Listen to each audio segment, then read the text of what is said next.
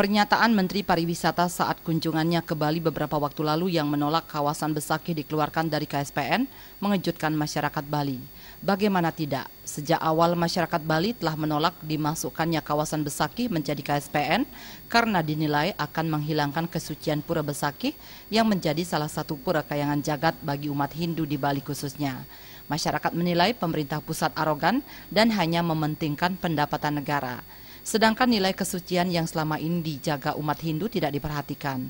Terlebih sejak awal tim pengkaji KSPN di Bali telah menolak 11 kawasan masuk KSPN. Marilah kita artinya jangan berpatokan kepada uang. Boleh uang, tetapi dengan janganlah yang hal-hal seperti itu kita buka terlalu lebar. Karena itu, kenapa Bali turun karismanya? Pura kita itu sudah tidak ada kehormatan bagi kita semua.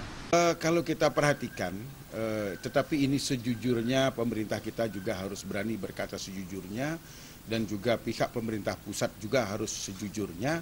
Kalau sejujur-jujurnya itu adalah merupakan sesuatu langkah ya yang ingin menjatuhkan Bali itu sendiri ketika kawasan Besakih dijadikan kawasan strategi pariwisata nasional.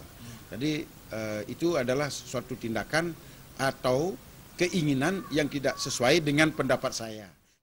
Selain kawasan Besakih, ada 10 kawasan lainnya yang juga dinilai tidak cocok untuk KSPN karena sebagian besar termasuk kawasan suci umat Hindu. Untuk itu, pemerintah Provinsi Bali diminta segera mengambil tindakan, yakni mengajukan penolakan ke pemerintah pusat. Trimaja dan Indrawan, Bali TV.